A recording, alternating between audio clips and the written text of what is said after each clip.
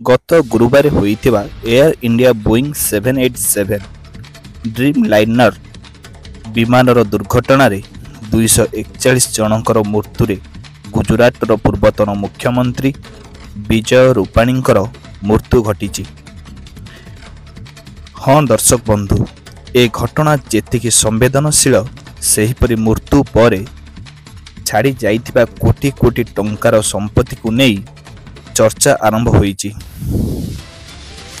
2016ରୁ 2021 ପର୍ଯ୍ୟନ୍ତ ବିଜୟ ରୂପାଣୀ ଗୁଜରାଟର ମୁଖ୍ୟମନ୍ତ୍ରୀ ଭାବେ କାର୍ଯ୍ୟ କରିଥିଲେ।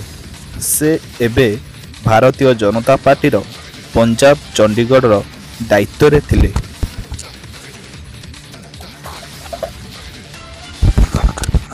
ବିଜୟ ରୂପାଣୀ 2017 ନିର୍ବାଚନ ପାଇଁ ଦେଇଥିବା ସତ୍ୟପାଠରେ ତାଙ୍କର ମୋଟ ସମ୍ପତ୍ତି 3.4 କୋଟି ଟଙ୍କା ବୋଲି ଘୋଷଣା କରିଥିଲେ।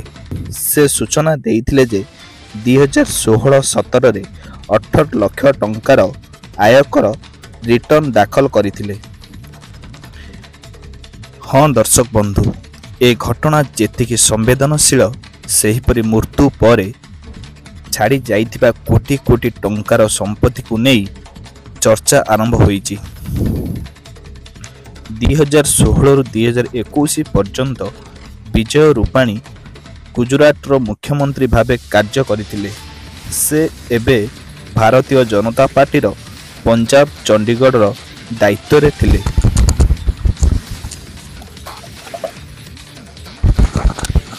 ବିଜୟ ରୂପାଣୀ 2017 ନିର୍ବାଚନ ପାଇଁ ଦେଇଥିବା ସତ୍ୟପାଠରେ ତାଙ୍କର ମୋଟ ସମ୍ପତ୍ତି 3.4 କୋଟି ଟଙ୍କା ବୋଲି ଘୋଷଣା କରିଥିଲେ।